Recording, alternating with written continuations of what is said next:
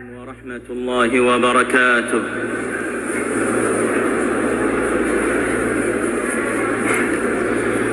আলহামদুলিল্লাহ, সমস্ত প্রশংসা আল্লাহ তাআলার, যিনি প্রজ্ঞাময়, সকল বিষয়ে ওয়াকিবহাল, মহাজ্ঞানী, সর্বশক্তিমান এবং রক্তপাতের বিষয়ে সীমা লঙ্ঘনকে নিষিদ্ধ করে বলেছেন, ওয়ালা তাকতুলুন নাফসাল্লাতী হারামাল্লাহু ইল্লা বিল হক, তোমরা অন্যায়ভাবে কাউকে হত্যা করো না।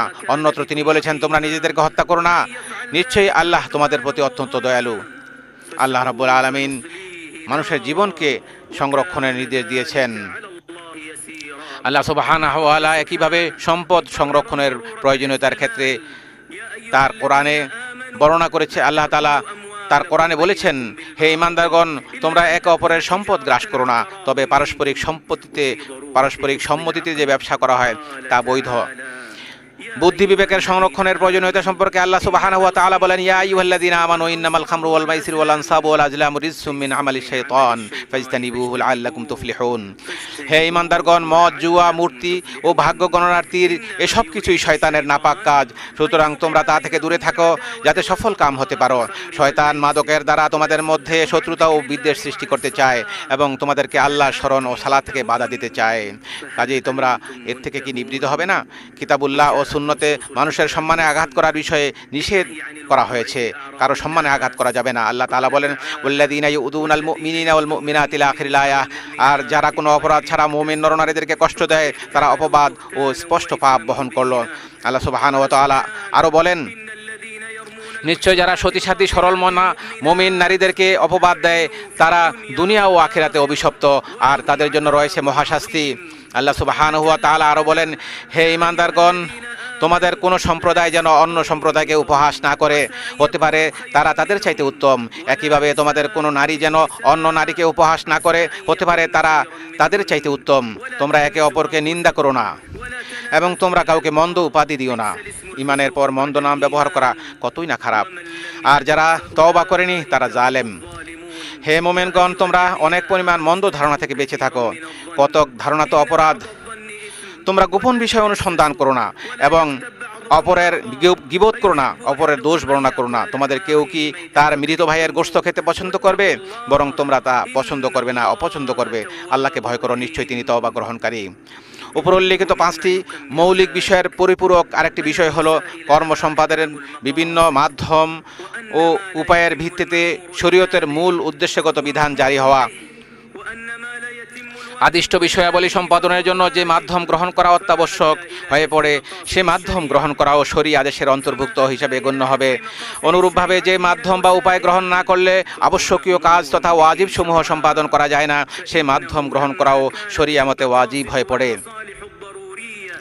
কাজেই কোনো কাজ সম্পাদনের ক্ষেত্রে যে সকল মাধ্যম বা উপায় অবলম্বন না করলে শরীরী উদ্দেশ্য তথা জরুরি স্বার্থ অর্জিত হয় না, সে সকল মাধ্যম বা উপায় অবলম্বন করাও একই হুকুমের অন্তর্ভুক্ত। আর এজন্যই একজন মুমিনের উচিত উল্লেখিত 5টি অত্যাবশ্যকীয় বিষয়ের হেফাজত করা। এর মাধ্যমে তার চারিত্রিক বিশুদ্ধতা ও জীবনের স্থিতি রক্ষিত হবে। সাধারণ মানুষ এর মাধ্যমে তাদের দিন ও দুনিয়াবী স্বার্থ হাসিল করতে সক্ষম হবে। আর এ লক্ষ্যেই আল্লাহ সন্তুষ্টি ও পরকালীন নেকি অর্জনের জন্য মানুষের একে অপরকে সহযোগিতা করা কর্তব্য।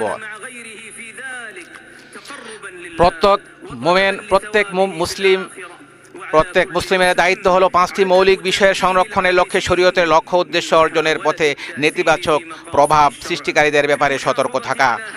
আমাদের সবাইকে নিজ নিজ সক্ষমতা, পেশা, অর্পিত দায়িত্বের আলোকে এর জন্য কাজ করে যেতে হবে।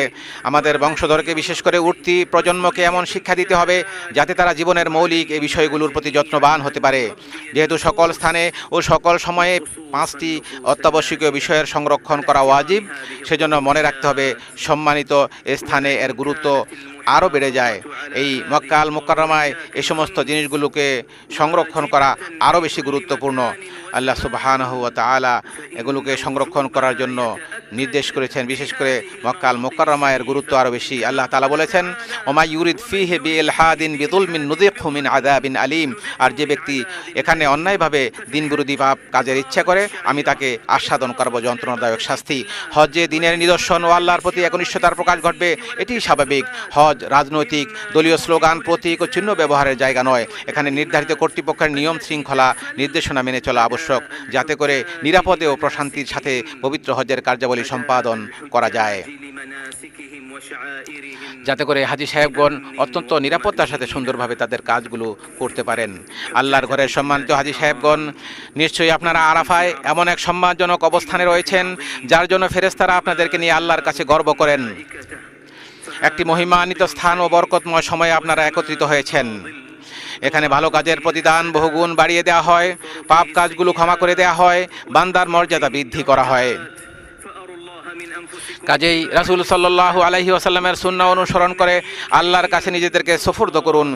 সে নবীর অনুসরণ করুন যিনি এই সম্মানজনক স্থানে সাহাবীদেরকে উদ্দেশ্য করে ভাষণ দিয়েছিলেন।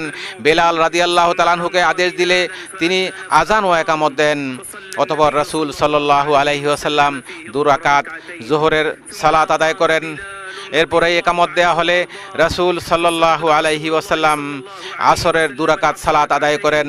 মূলত তা 2 সালাতকে একত্রিত করা এবং অগ্রবর্তী করে আদায় করার একটি বিধান। অতঃপর তিনি উষ্ট্রির পিঠে বসেন। সে অবস্থায় আল্লাহকে স্মরণ করতে থাকেন যতক্ষণ না সূর্যের লাল আভা বিলীন হয়ে যায়। অতঃপর তিনি মুজদালিফায় গমন করেন। পথিমধ্যে সাহাবীদেরকে বিনয় নম্রতা ও সহনশীলতার উপদেশ দেন। মুজদালিফায় পৌঁছে 3 রাকাত মাগরিব ও 2 রাকাত এশার নামাজ তিনি আদায় করেন। ফজরের সালাত আদায় না করা পর্যন্ত সেখানে রাত যাপন করেন। ভোরের আলো পরিস্ফুটিত না হওয়া পর্যন্ত সেখানে দোয়া করতে থাকেন। অতঃপর মিনার দিকে অগ্রসর হন। মিনায় পৌঁছে জামরায়ে আকাবাতে 7টি ছোট পাথর নিক্ষেপ করেন। অতঃপর কোরবানির পশু জবাই করেন ও মাথা মুন্ডন করেন। এরপর বাইতুল্লাহ হজের ফরজ তওয়াফ তথা তওয়াফুল ইফাদা সম্পন্ন করেন। তওয়াফ শেষ করে রাসূল সাল্লাল্লাহু আলাইহি ওয়াসাল্লাম মিনায় ফিরে আসেন। তাশরিকের দিনগুলোতে সেখানে অধিক পরিমাণে তাকবীর তাহলিল ও তাহমিদের মাধ্যমে আল্লাহর জিকির করার মধ্য দিয়ে অবস্থান করেন। প্রতিদিন দ্বিপ্রহরের পর 3টি জামরায় তিনি পাথর নিক্ষেপ করেছেন। ছোট ও মধ্যম জামরাতে পাথর মেরে আল্লাহর কাছে তিনি দোয়া করেছেন। আর অক্ষম ও অপারগদের জন্য মিনায় অবস্থান করার ক্ষেত্রে ছাড় দেওয়া হয়েছে। রাসূলের সুন্নাহ হলো 13তম দিবস পর্যন্ত মিনায় অবস্থান করা। এটি উত্তম, যদিও 12তম দিবসে মিনা ত্যাগের অনুমতি রয়েছে, তবে 13তম দিন পর্যন্ত থাকা সুন্নাহ।